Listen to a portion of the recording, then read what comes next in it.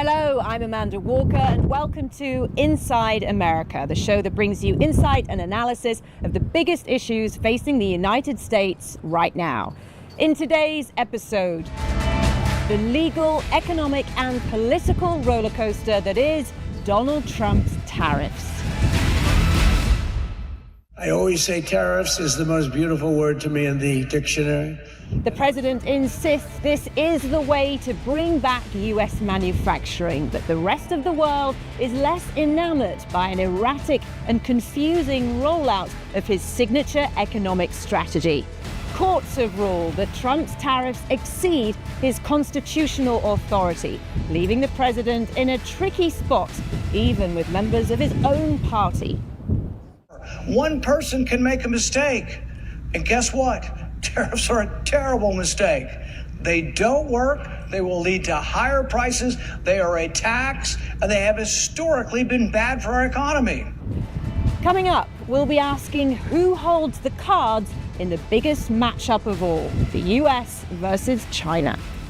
These are two very large economies that can do significant damage to each other. And it's not in anyone's interest. And we'll explore life on the tariff front lines. How would you characterize the journey so far when it comes to tariffs since Trump took office? Am I allowed to swear? No. Okay.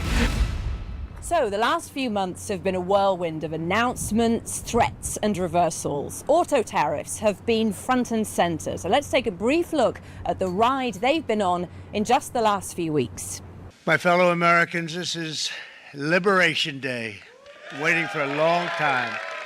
Effective at midnight, we will impose a 25% tariff on all foreign-made automobiles. If they can't make it in time because they have to do it here, otherwise they haven't, I'm giving them a little bit of a break, right? Not so bad. Somebody would say, oh, well, that's a change, but it's not. It's called a little flexibility.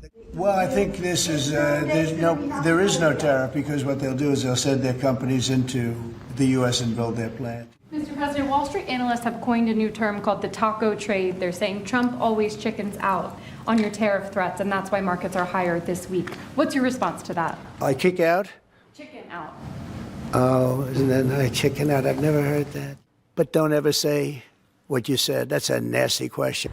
As all this goes on in the White House, businesses across the US have been left with whiplash. The toy industry has been feeling the strain. Most of what they sell is imported from all over the world. We went to find out how one business is coping. If the 145% tariff were to stay in place, you're talking about this train set costing $700 to $800. Wow. Now, so it's nearly doubling. Michael Bray owns Hobbyworks, a treasure trove brimming with thousands of toy trains, planes, and automobiles. Most of what lines these shelves comes from outside the US. everything on this end cap and this wall are all going to go up in price. This is an American company, Horizon, that owns these brands, but these are all made in China, 100% made in China. Those are all going to go up significantly in price if the 145% tariff stays in place. So this is something we're extremely worried about, because something like this, it's $250. This is designed for an entry-level person to be their very first plane. Now, $250 is not much for somebody who's just getting started, but what if this was $600? They're just not going to buy it, That's right? just not going to happen. And this company here is 100% made in America, but 100% of their business is making accessories for things like this. Right. So this is an example of an American company, 100% for, 50 years, 75 years old, that is going to be harmed because of the tariffs being implemented on another product in another country. So there's a lot of nuance to this, right? There's a lot of nuance to this, and this is why tariffs are so hard. They've always been hard. We've always had tariffs. They're not a new thing. What's new is the way that we're just saying 145% on everything from China, 50% on everything from Vietnam, 30% on everything from Europe, or 50% on everything from Europe, depending on what week it is. It's that unpredictability that's the main challenge for Michael and many other small businesses right now. How would you characterize the journey so far when it comes to tariffs since Trump took office? Am I allowed to swear? No. Okay. It has been very difficult. It's been a mess, frankly. Tariffs are in place, then they're not in place. We get price lists from our suppliers, and then those price lists are subject to change. We make thousands of price changes based on tariffs that are in place for a few weeks, and then those tariffs get changed, raised, or rolled back.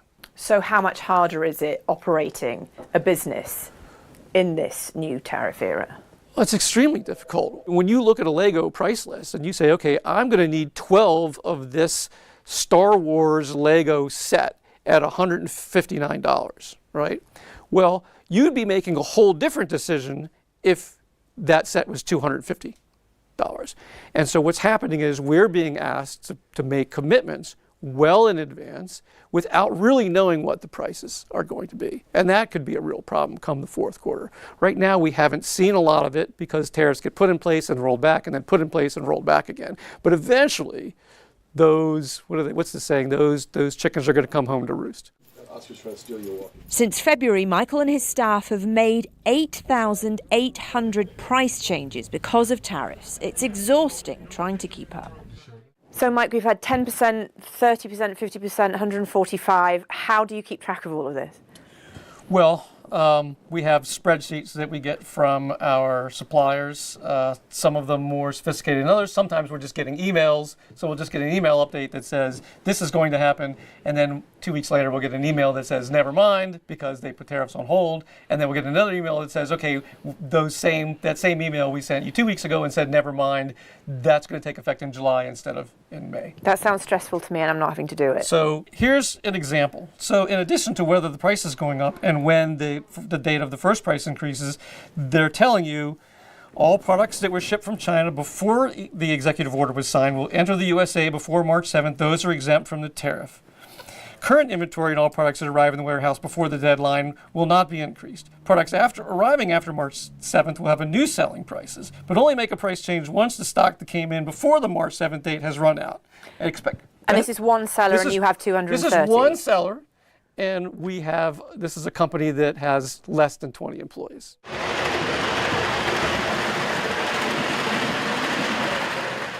So you're on the front lines of this battle. If you could have just a few words in the president's ear right now, what would you say to him? I would say a couple things. I would say I understand what he's trying to do, and I think the goal is admirable. I don't think this is the way to do it. I would say that I don't expect the president to be an expert on every nuance of how importing and manufacturing and things like that works, but I expect the people around him to be experts. And I think these people are wrong. I think they're incurious people making shallow decisions for selfish reasons. They don't have the balance bar. Republican lawmakers are worried about the politics of tariffs when the cost of living is already so elevated. If it's going to make things worse, I mean, I'm sure there's no one that will agree that this is going to help. People are just holding onto their dollars, man, because we don't know. I was just in that store about a half hour ago trying to look for some stuff, man, and I said, wow, prices are just continue to just go up, up, up, up. Filling a shopping cart is already a stretch. Asking voters to go further is risky. I get why he's doing it. I do. And I can't believe I'm saying that, but I do get it. But again, I think he's just over the top with it. You don't like tariffs? Why not? It makes me think more expensive. Yeah, I can't think of anything else but more expensive, which I am not fond of because it's already bad enough. The vapes are going up because they're imported from China. So what usually costs $30 is now $50. What usually costs $40 is now $60. So it's impacting like my everyday life. What's the end goal? Like, what is their goal? I'm not. To bring manufacturing back to America, to have stuff made here. Have things made here. Why does that matter? As long as we get good products, why does it matter if it was made here or not? So you're not willing to pay more for that? No, I'm not willing to have, no. Because the products I have now are good. The cars are even made in China. So it's like American-made cars, really. So as Michael, the business owner in our report, was saying, much of what he imports comes from China, which has surely been the wildest tariff ride. Let's take a look. In the first half of President Trump's second term, tariffs surged to more than 15 times their 2018 levels, one of the most aggressive tariff hikes in modern history. Then, on May 12th, the administration announced a surprise move, a mutual tariff reduction between the US and China.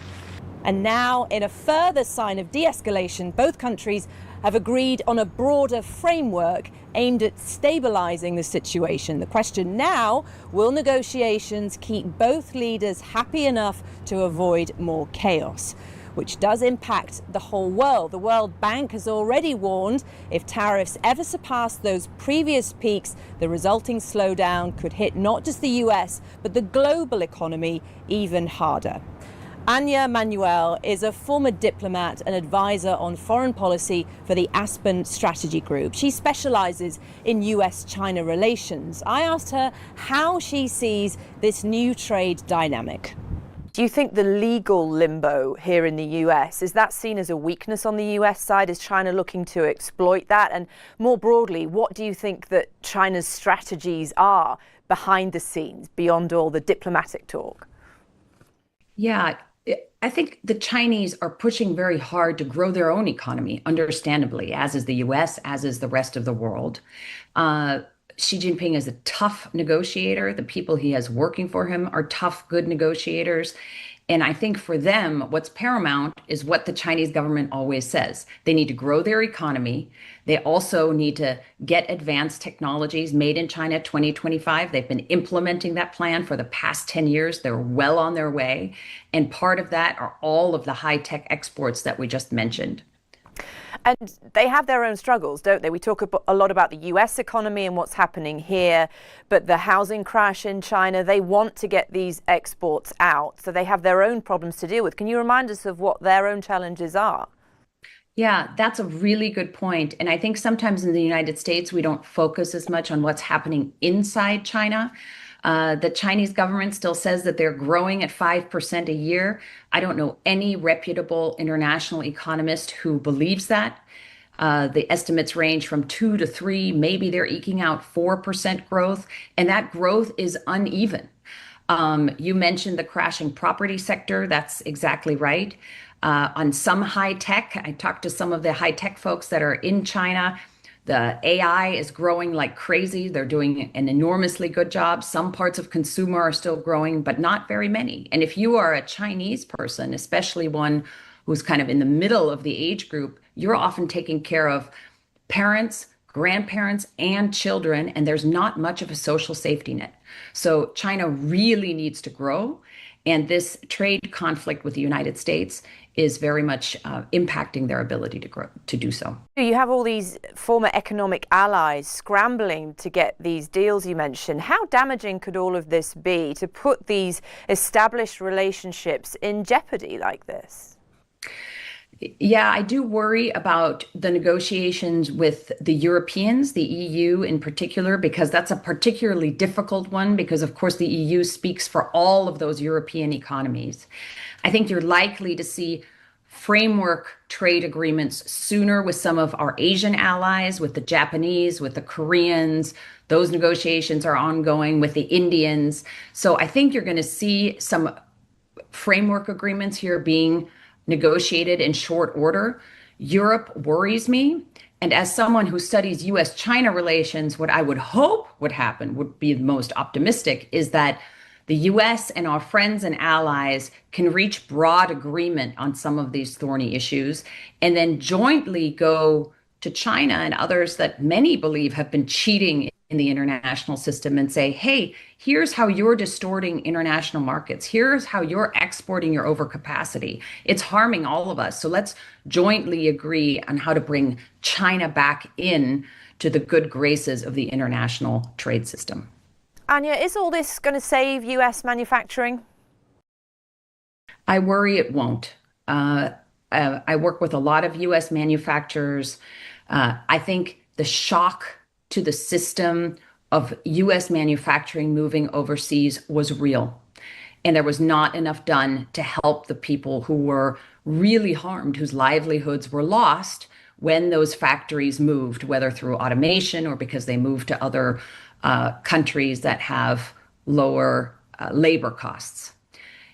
Will they all come back? No. Should some advanced manufacturing definitely come back to the United States? Advanced robotics, some electronics assembly, some semiconductors. I think that is important because it's not just an economic issue, it's also a national security issue.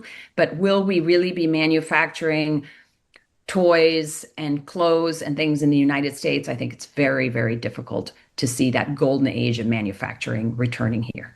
And you mentioned national security. The FBI has labelled the economic espionage threat from China the greatest long-term threat to our nation's information and intellectual property. The focus is so much on tariffs.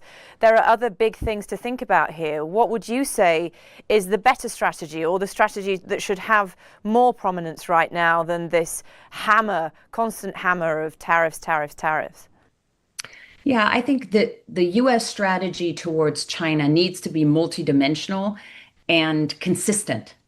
And so, in that, I would say working closely with our friends and allies to tell the Chinese, we want you to grow, we want your people to prosper, but if you threaten other interests in Asia or around the world, we're not going to stand for that. So that means freedom of navigation operations in the South China Sea, ensuring that the Chinese don't bully the poor Taiwanese. You've seen a huge amount of increase in Chinese ships and planes really circulating around Taiwan in a very dangerous way. A lot of aggressive Chinese military posture towards the Philippines, towards, in some cases, Vietnam and others. And the world together pushing back on some of those excesses is important. So that's the security side. On the economic side, I think you and I already talked about it. If the world could get together, because this isn't just a US-China problem. There are lots of people around the world that are worried about Chinese overcapacity, Chinese industrial espionage, Chinese IP theft. If together we could say, hey, we want you to trade with us, but please play by the rules. Those would be two important pillars of a cohesive strategy. Anja Manuel there. So at times it can feel like no one but Trump thinks tariffs are a good idea. Multinational economic institutions don't like them, the public is skeptical, and they even create a rare split in Republican ranks. Joining us to discuss that and more is our panel. Jonathan Wood, lead geopolitical analyst at Control Risks. He advises companies on how to interpret tariffs, and conservative strategist Sarah Hunt. She's a founding partner at Cornerstone Group and co-founder of the Joseph Rainey Center for Public Policy. We have seen some splits, haven't we, Jonathan? Ted Cruz, Rand Paul, pretty high-profile Republicans who said that they basically don't think tariffs are a good idea. If this does turn into a catastrophe, could that be something that really damages the Republican Party? Well, there are these different approaches and ideas about tariffs within the party. You have not just those that are traditionally more supportive of free markets and those that are more supportive of protectionist policies, but you also have a range of local and state officials who have economic interests that are very tied up with trade. And so I think there's really a broad tent of interest within the party about the appropriateness of tariffs, but certainly there will be a diverse range of impacts, both economically and politically, depending on how tariffs play out. What do you think, Sarah? Could this be damaging when you have these differing opinions within the party? Could it cause a long-term split? Differing opinions and the peaceful resolution of differing opinions are what democracy is all about. I think it's healthy to have a conversation. And there are so many ways that President Trump's agenda fits into traditional Republican values.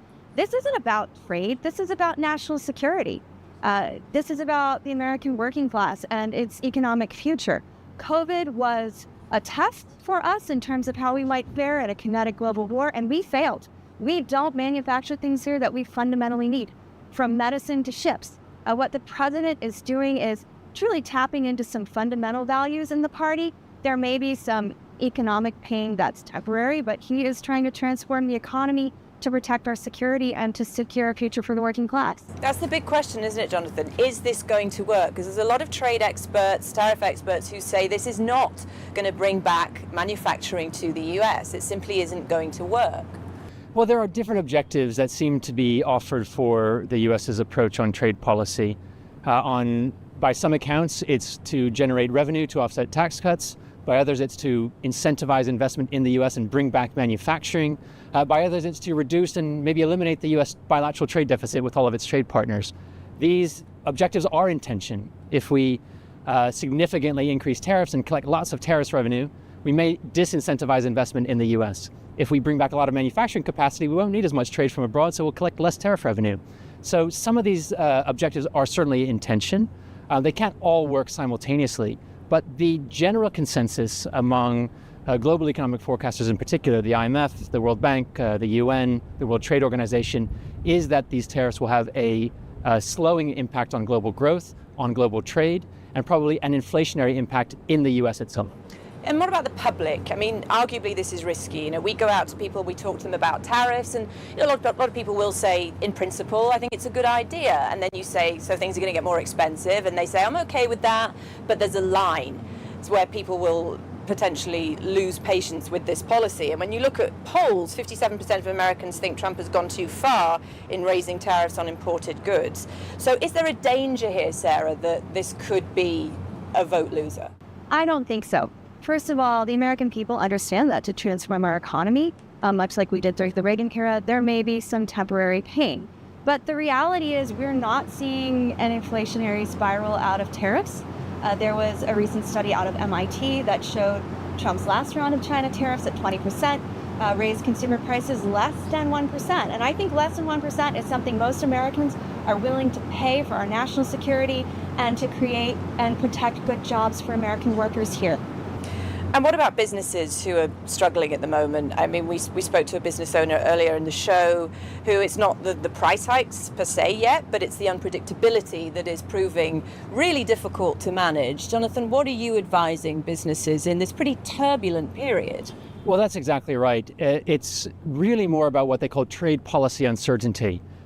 Changing levels of tariffs, changing restrictions on imports and exports, changing levels of investment restrictions and access to markets. Companies don't know where this is all going to end up, and that is making it very difficult at this particular moment to make long-term decisions about where to invest, where to operate, where to build capacity, where to take capacity away.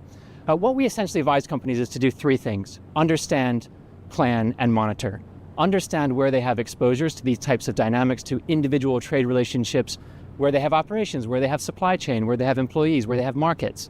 Plan by using scenarios to consider what's the worst thing that could happen and how would it impact us if we really did get much higher levels of tariffs, or conversely, if we had a great deal that reduced tariffs back to a relatively low level and created new investment opportunities. And third, monitor the situation as it evolves, constantly incorporate new information, figure out what is important to your business, to your sector, to your relationships, and stay on top of that as best as possible. Yeah, and Sarah, how would you characterize what's going on the world stage when it comes to traditional trade allies? We know there is this trade war with China, but when you look at the more traditional allies, the UK, the EU, is there something to be concerned about here in terms of those now being in jeopardy?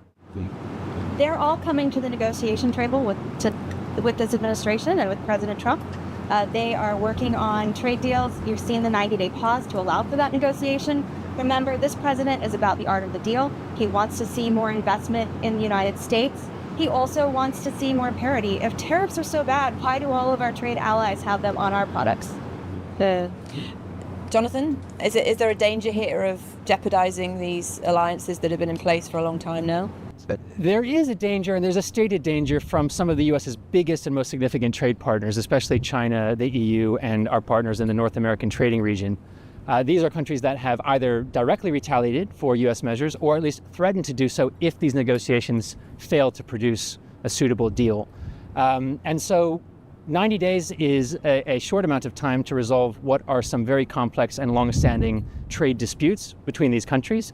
I think we can get deals or arrangements in principle, but the details will need to be worked out. And as always in trade policy negotiations, the devil is in the details. And it's not just tariffs, though, is it? There are lots of other things at play here that don't get the headlines like tariffs do. No, that's exactly right. Tariffs are just one part of these trade negotiations. There are also things like export controls, sanctions, and we've seen other non-economic or trade-related issues being brought into these negotiations around security, technology, investment, and other areas.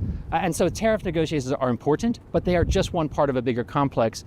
And it means that in some cases, there is potential for disputes in these other areas to derail or at least complicate negotiations over the appropriate level of tariffs. And just finally, I want to get into Trump's head a little bit, Sarah. He talks about tariffs a lot. They're his favorite word, he says. So what is behind that, do you think? President Trump is pro-America and he's pro-American workers. And he views tariffs as a negotiation tool, potentially a tool to help fund middle-class tax relief, and a tool to protect our national security by ensuring that we have domestic supply chains for critical industries. And Jonathan, he is fixated on them, isn't he? These are not going away. He's not going to drop this. I think that's right. I think there are different objectives depending on the trade partner. For China, for example, tariffs are part of a broader competition in which the U.S. is engaged with China. In some other countries, it may be really more about trade dynamics. So there will be different approaches to different countries, but I don't think that this is an issue that's going away. The president is committed to using tariffs as a mechanism to bring investment back to the U.S., to eliminate U.S. trade deficits, and to raise revenue for the government. Okay, Jonathan, Sarah, thank you both so much for your time. So, tariffs aren't going anywhere. The numbers, though at the moment are anyone's guess, we'll be watching closely. So do join us next time on Inside America.